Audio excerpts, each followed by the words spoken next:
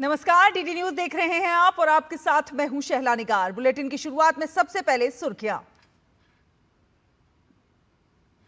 Mission Bengal पर प्रधानमंत्री नरेंद्र मोदी विष्णुपुर पुरुलिया के बाद झारग्राम में विशाल जनसभा को किया संबोधित। कहा, बंगाल में बहुमत के साथ बनने जा रही है भाजपा की सरकार। 23 अप्रैल को होना है पहले चरण का चुनाव।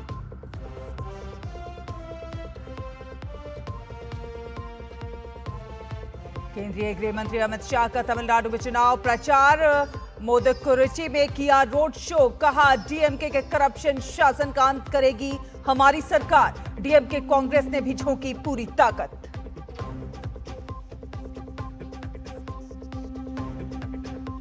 लोकसभा में महिला आरक्षण बिल पारित न होने पर छिड़ा सियासी संग्राम। भाजपा शासित प्रदेशों के मुख्यमंत्रियों ने कांग्रेस को लिया आड़े हाथों। योगी आदित्यनाथ, सम्राट चौधरी और रेखा गुप्ता ने विपक्ष को बताया महिलाओं का गुनहगार।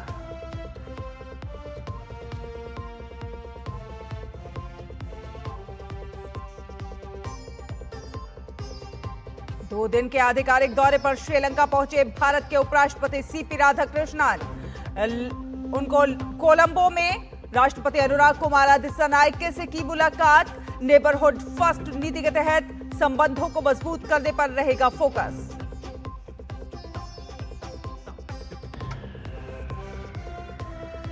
और सेमीकंडक्टर सेक्टर में भारत ने उठाया बड़ा कदम। ओडिशा के खोरधा में अत्याधुनिक 3D चिप पैकेजिंग यूनिट का किया शिलान्यास। मुख्यमंत्री मोहन चरण मांझी और केंद्रीय मंत्री अश्विनी वैष्णव ने भूमि पूजन कर की परियोजना की औपचारिक शुरुआत।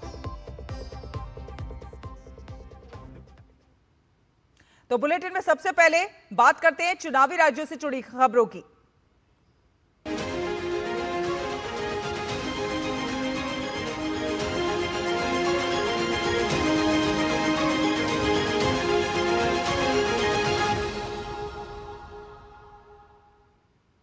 प्रधानमंत्री नरेंद्र मोदी ने पश्चिम बंगाल के झारग्राम में चुनावी जनसभा की।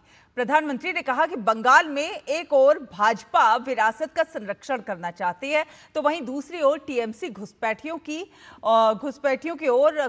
के लिए सरकार बनाने की कवायद कर रही है।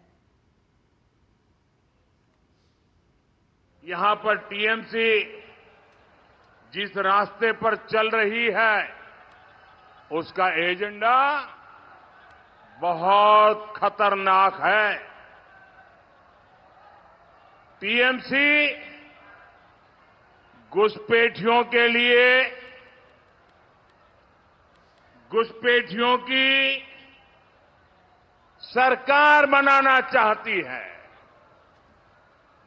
ऐसी सरकार जो सिर्फ घुसपैठियों के मजहब, घुसपैठियों की भाषा और घुसपैठियों के तौर तरीकों की रक्षा करेगी और उस घुसपैठिया सरकार, उनके लिए अगर कोई दुश्मन होगा तो यहां बैठे हुए मेरे आप सभी भाई बहन एक घुसपैठियों की सरकार के दुश्मन होंगे। प्रधानमंत्री ने झारग्राम से बिजली का मुद्दा उठाया। उन्होंने कहा कि सिंडिकेट ने बिजली व्यवस्था को चरमरा दिया है। यहां बिजली अनियमित आती है, भारी भरकम बिल आता है। बंगाल में बीजेपी कारखानों को तबाह कर दिया है, तबाह कर दिया है। साथियों, यहां आप अंधेरे में हैं और टीएमसी के नेताओं के बंगले, गाड़ियां चकाचक चमक रहे हैं। मोदी ने संकल्प लिया है यहां के कोयले के लूटने वालों को, आपको अंधेरे में रखने वालों को छोड़ा नहीं जाएगा। चुन चुन करके इन लुटेरों का हिसाब किया जाएगा। पुरुलिया में प्रधानमंत्री नरेंद्र मोदी ने जनसभा की। उन्होंने कहा कि लोगों का उत्साह देखने के बाद यह स्पष्ट हो चला है कि भाजपा की सरकार राज्य में इस बार बहुमत के साथ बनने जा रही है। ये निश्चित हो चुका है।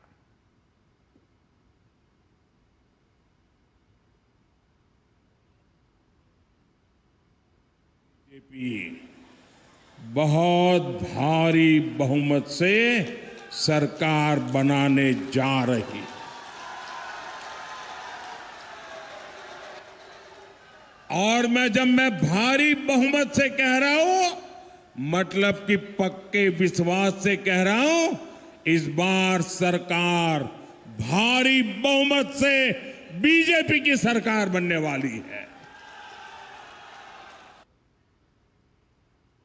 प्रधानमंत्री ने कहा कि देश में जब लोग भय और भ्रष्टाचार से त्रस्त होते हैं तो सुशासन के लिए भाजपा को चुनते हैं। उन्होंने कहा कि त्रिपुरा से लेकर असम तक यही हुआ है और अब बंगाल के लोग भी भाजपा को ही चुनने जा रहे हैं।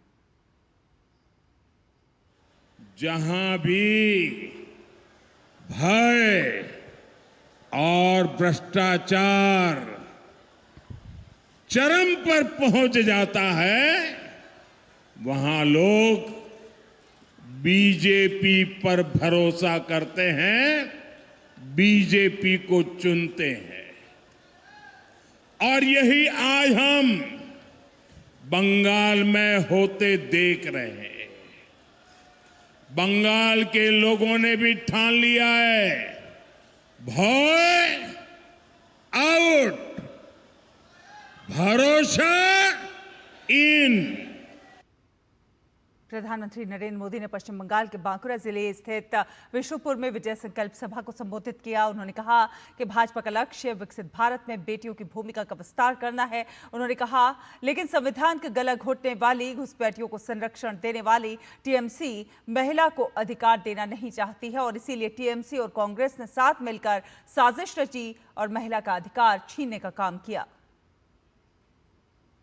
टीएमसी नहीं चाहती थी कि बंगाल की बेटियां ज्यादा संख्या में एमएलए बने, ज्यादा संख्या में एमपी बने, क्योंकि बंगाल की बेटियां इनके महाजंगल राज को चुनौती दे रही है।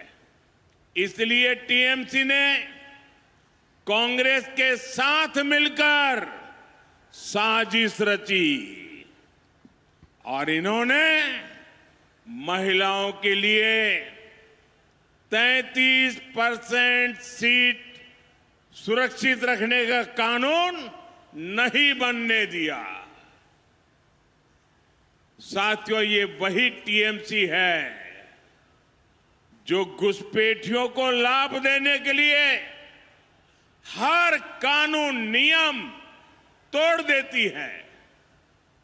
ये वही टीएमसी है जो धर्म के आधार पर आरक्षण देने में जुटी है, संविधान की भावनाओं का गला घूंटने में लगी हुई है। प्रधानमंत्री ने विश्वास जताया कि 4 मई को नतीजे भाजपा के पक्ष में होंगे। तब पश्चिम बंगाल से भ्रष्टाचार सिंडिकेट सबका सफाया होगा और केंद्र की कल्याणकारी योजनाएं राज्य में लागू होंगी और गुंडे जेल के अंदर होंगे। मैं टीएमसी के सभी गुंडों, सभी सिंडिकेट, सभी भ्रष्टाचारियों को एक आखिरी मौका देता हूं। 29 अप्रैल से पहले अपने अपने थाने में आत्मसमर्पण कर लो।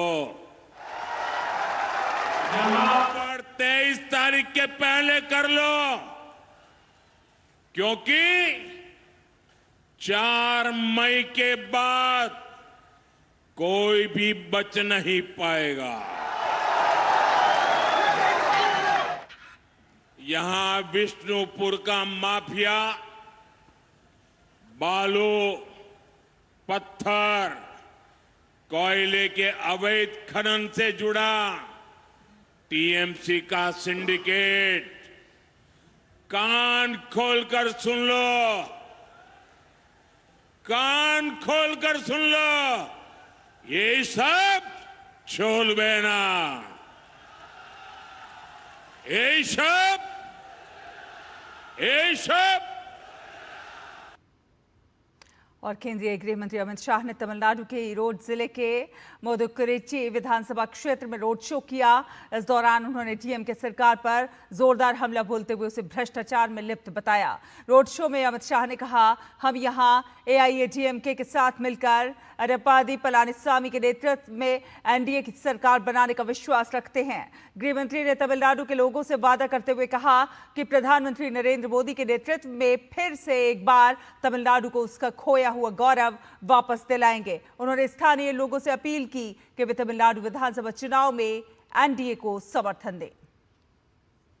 एआईएडीएमके के साथ मिलकर एडप्पाडी जी के नेतृत्व में हम एनडीए की सरकार बनाने का विश्वास रखते हैं।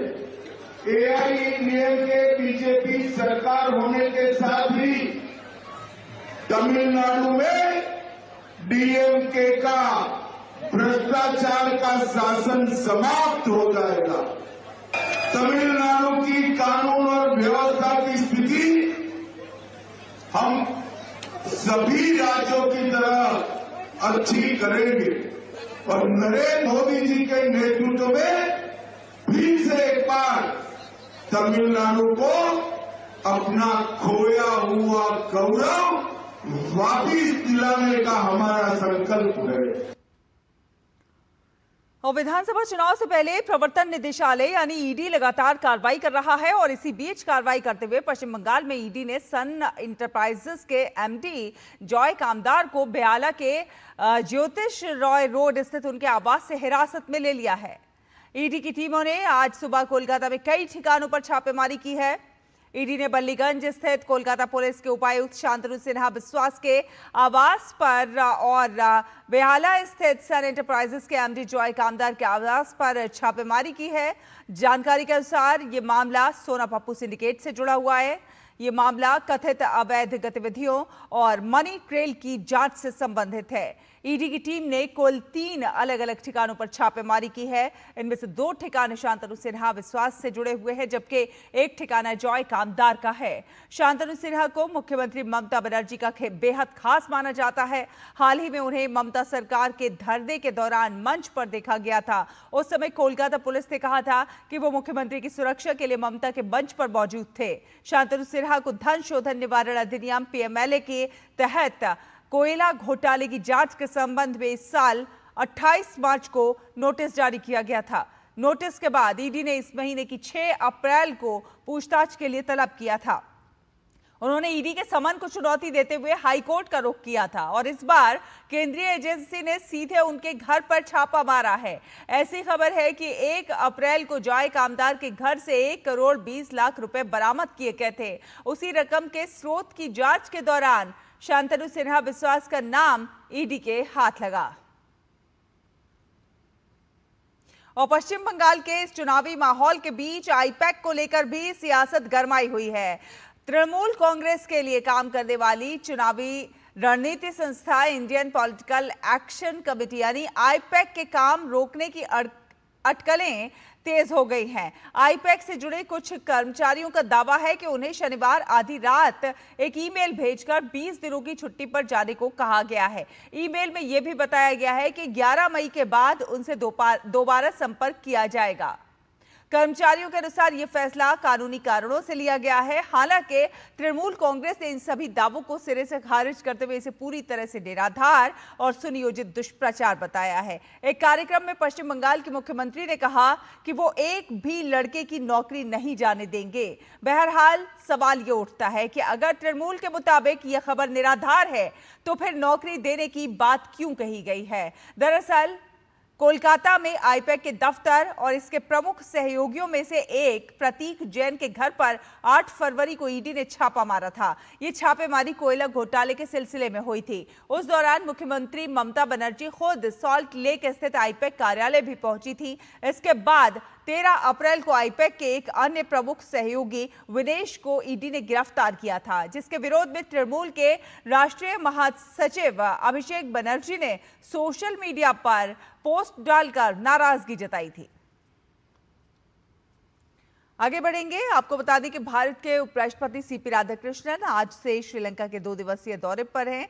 पहले दिन कोलंबो पहुंचने पर उपराष्ट्रपति का एयरपोर्ट पर पारंपरिक स्वागत हुआ। कुछ घंटे पहले उपराष्ट्रपति राधाकृष्णन ने श्रीलंका के राष्ट्रपति अनुराग कुमार दिसानायके से द्विपक्षीय मुलाकात की। इस बैठक ने दोनों नेताओं और देशों के बीच सदियों पुराने सांस्कृतिक और ऐतिहासिक संबंधों को एक नई दिशा दी है। कोलंबो के राष्ट्रपति सचिवालय में हुई दोनों नेताओं की मुलाकात बेहद सकारात्मक और व्यापक रही। उपराष्ट्रपति ने भारत की नेबरहुड फर्स्ट यानी पड़ोसी पहले नीति को दोहराते हुए श्रीलंका को भारत का महत्वपूर्ण साझेदार करार दिया। उन्होंने विश्वास दिलाया कि भारत श्रीलंका के विकास और समृद्धि के लिए पूरी तरह प्रतिबद्ध है। इस मुलाकात में द्विपक्षीय सहयोग के मुख्य बिंदुओं पर ध्यान केंद्रित किया गया। विशेष रूप से इंडियन हाउसिंग प्रोजेक्ट और चक्रवात दितवा से प्रभावित क्षेत्रों के लिए भारत द्वारा दिए गए $450 मिलियन के सहायता पैकेज के तहत चल रही परियोजनाओं की प्रगति पर विस्तार से चर्चा हुई। और बाद में उपराष्ट्रपति की श्रीलंका के प्रधानमंत्री के साथ भी लंच डिप्लोमेसी पर मुलाकात हुई। उपराष्ट्रपति राधाकृष्णन का गंगा रमैया मंदिर और कादिरेसन कोविल जाकर पूजा करने का कार्यक्रम है। फिलहाल एक छोटा सा ब्रेक के उस पार खबरों का सिलसिला जारी रहेगा।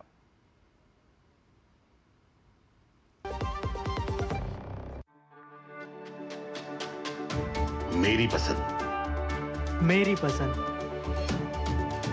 मेरी पसंद, मेरी पसंद, हमारी पसंद, हम सबकी पसंद। मजबूत देश का मजबूत सरिया हो गया स्टील। ब्रेक के बाद स्वागत है आपका। आप देख रहे हैं डीटी न्यूज। आपको बता दें, भारत सेमीकंडक्टर सेक्टर में एक बड़ा कदम उठाया है। ओडिशा के खोलधा जिले स्थित इन्फो वैली 2 में देश की पहली अत्याधुनिक 3D चिप पैकेजिंग यूनिट का शिलान्यास किया गया और इस अवसर पर मुख्यमंत्री मोहन चरण मांझी और केंद्रीय मंत्री अश्विनी वैष्णव ने भूमि पूजन कर परियोजना की औपचारिक शुरुआत की।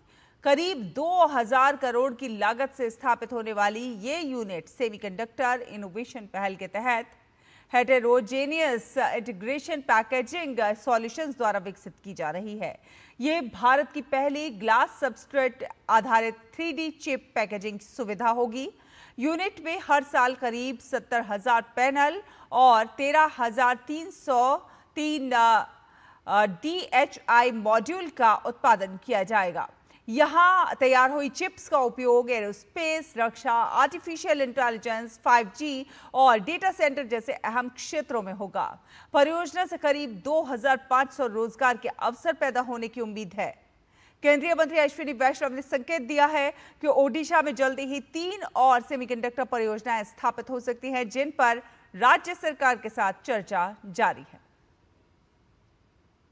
अक्षय तृतीया के बहुत ही पवित्र दिन में उड़ीसा में सेमीकंडक्टर प्लांट का फाउंडेशन स्टोन ले हुआ है। उड़ीसा में एक हाईटेक इंडस्ट्री आना अपने आप में बहुत ही गौरव की बात है। यहाँ जो इंडस्ट्री लगेगी ये एक बहुत ही अद्भुत टेक्नोलॉजी है, बहुत ही एडवांस टेक्नोलॉजी का। अब सिलिकॉन सबस्ट्रेट की जगह और ज़्यादा एडवांस्ड 3 डायमेंशनल ग्लास सबस्ट्रेट की एक टेक्नोलॉजी, जो कुछ ही वर्षों पहले इस टेक्नोलॉजी पे काम चालू हुआ था दुनिया भर में, वो टेक्नोलॉजी का पहला मेजर कमर्शियल प्लांट यहाँ उड़ीसा में चालू होगा। 2500 से ज़्यादा लोगों का रोजगार भी वहाँ मिलेगा। आज सेमीकंडक्टर क्षेत्र में 10,000 करोड़ से ज़्यादा हमने इन्वेस्टमेंट करने के लिए बहुत बड़ा वहाँ सुযোগ हमको मिला है और हम आगे इसी को लेते हुए बढ़ रहे हैं। और बिहार के मुख्यमंत्री सम्राट चौधरी ने भी महिला आरक्षण बिल के मुद्दे पर विपक्ष को आड़े हाथ लिया। सम्राट चौधरी ने बताया कि अगर बिल पारित हो जाता तो काफी संख्या में महिलाएं सांसद बनकर दिल्ली पहुंचती और देश की तस्वीर बदलती, मगर विपक्ष की वजह से ऐसा नहीं हो सका। बिल के माध्यम से 543 सांसद की जगह पर 816 और इसको 850 तक बढ़ाने का प्रस्ताव था, और 816 में से 272 सांसद यदि ये बिल पारित होता तो इस देश में महिलाएं सांसद बनकर देश में राज करने का काम करती। साथियों,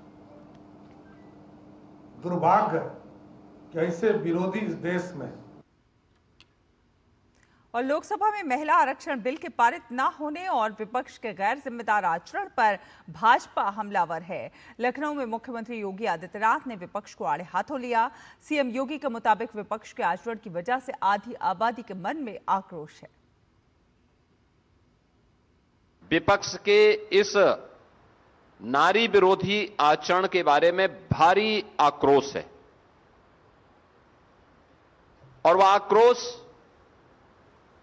कांग्रेस और इंडी गठबंधन के सहयोगी दल समाजवादी पार्टी, टीएमसी और अन्य उन दलों का जो इस पाप में भागीदार थे, उनके प्रति आधी आबादी के मन में यह आक्रोश आज देखने को मिल रहा है कि कैसे एक और प्रधानमंत्री जी के द्वारा उठाए जाने वाले एक एक समाज के, देश के हित में उन कदमों को आगे बढ़ने से रोकने के लिए इंडी गठबंधन किस हद तक जाकर के षड्यंत्र करता है। और रक्षा मंत्री राजनाथ सिंह 21 अप्रैल 3 दिवसीय जर्मनी की आधिकारिक यात्रा पर रहेंगे। दोनों देशों के बीच रणनीतिक रक्षा साझेदारी को और मजबूत करने के लिए ये यात्रा बेहद अहम मानी जा रही है। इस यात्रा के दौरान रक्षा मंत्री बोरिस पिस्टोरियस और सरकार के अन्य वरिष्ठ नेताओं के साथ द्विपक्षीय वार्ता करेंगे।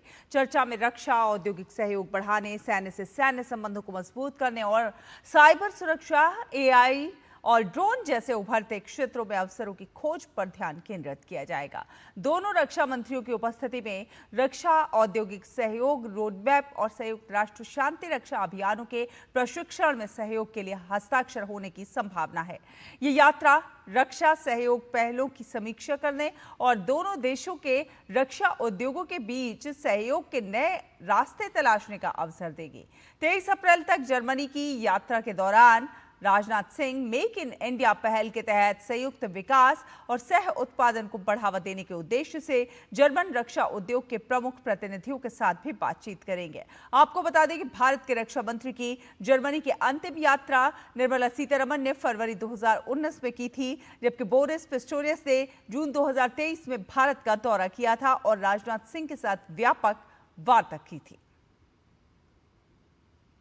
और देश में फिटनेस को जन आंदोलन बनाने की दिशा में फिट इंडिया की पहल लगातार आगे बढ़ रही है और इसी कड़ी में दिल्ली के मेजर ध्यानचंद नेशनल स्टेडियम में संडेज ऑन साइकिल का विशेष आयोजन महिला शक्ति को समर्पित रहा, जहां महिलाओं ने बढ़ चढ़कर हिस्सा लिया।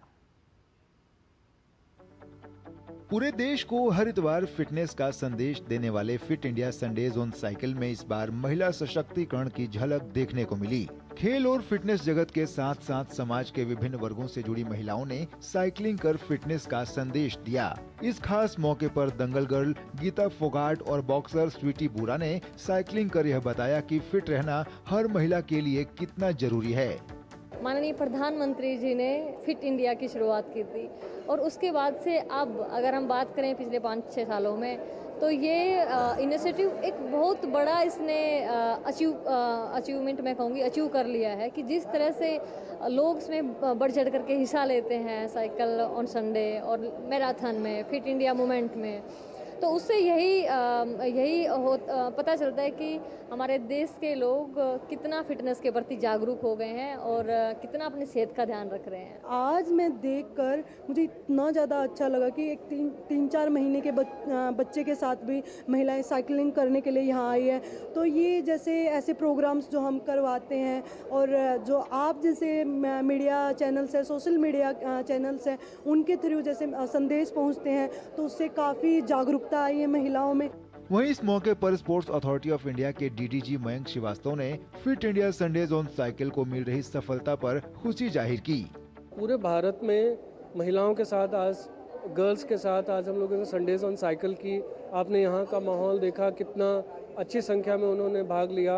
और आइडिया ये है कि यदि घर की स्त्री का, घर की महिला का, घर की बेटी का, घर की बहू का स्वास्थ्य अच्छा होगा तो पूरे परिवार का स्वास्थ्य अच्छा वो रख सकती है, क्योंकि वो खुद स्वस्थ होगी तो दूसरों को स्वस्थ रख सकती है। संडेज ऑन साइकिल में हिस्सा लेने वाली महिलाओं ने भी इस मुहिम की जमकर सराहना की और बताया कि ऐसे आयोजन उन्हें फिट रहने के लिए प्रेरित करते हैं। पूरा हमारे भारतवर्ष में आप 50% महिलाएं हैं, तो आपका फिट होना कितना जरूरी है आप ये मान लीजिए। और हमेशा ये कहा जाता है अगर घर की नारी स्वस्थ है तो पूरा खानदान स्वस्थ है। तो आपका स्वस्थ होना, जिसके कारण आपके बच्चे, आपकी पूरी फैमिली स्वस्थ होगी, कितना जरूरी है। So please start watching your workouts, diet, nutrition और खूब मस्ती कीजिए और खूब स्वस्थ रहिए। मोदी जी ने एक बहुत प्यारा सा सपना देखा था इंडिया को फिट बनाने का, और उसको पूरा करने के लिए मनसुख मांडविया जी लेकर आए फिट इंडिया का संडेज ऑन साइकिल। ये एपिसोड आज नारी शक्ति को डेडिकेटेड है। देखिए, बड़ा आसान सा है, मैं 2 शब्दों में बोलूँगी। अगर नारी आगे बढ़ेगी तो समाज आगे बढ़ेगा, समाज आगे बढ़ेगा तो राष्ट्र आगे बढ़ेगा। संडेज ऑन साइकिल का आयोजन देश भर में 1000 से अधिक स्थानों पर किया गया, जिसने एक बार फिर यह संदेश दिया कि फिटनेस ही स्वस्थ और सशक्त भारत की कुंजी है। जरूरी है हर स्त्री का फिट होना, क्योंकि स्त्री परिवार की वो धुरी है जिसके कंधों पर पूरे परिवार के सदस्यों को फिट रखने का जिम्मा होता है। यही वजह है कि संडेज ऑन साइकिल के इस कड़ी में देश के अलग अलग क्षेत्र में काम करने वाली स्त्रियों ने न सिर्फ हिस्सा लिया बल्कि फिटनेस के संदेश को भी आगे बढ़ाया। कैमरामैन उत्तम के साथ में सुशील कुमार, डीडी न्यूज, दिल्ली। तो इसी के साथ इस बुलेटिन में फिलहाल इतना ही। डीडी न्यूज पर खबरों का सिलसिला लगातार जारी रहेगा। आप देखते रहिए डीडी न्यूज। नमस्कार।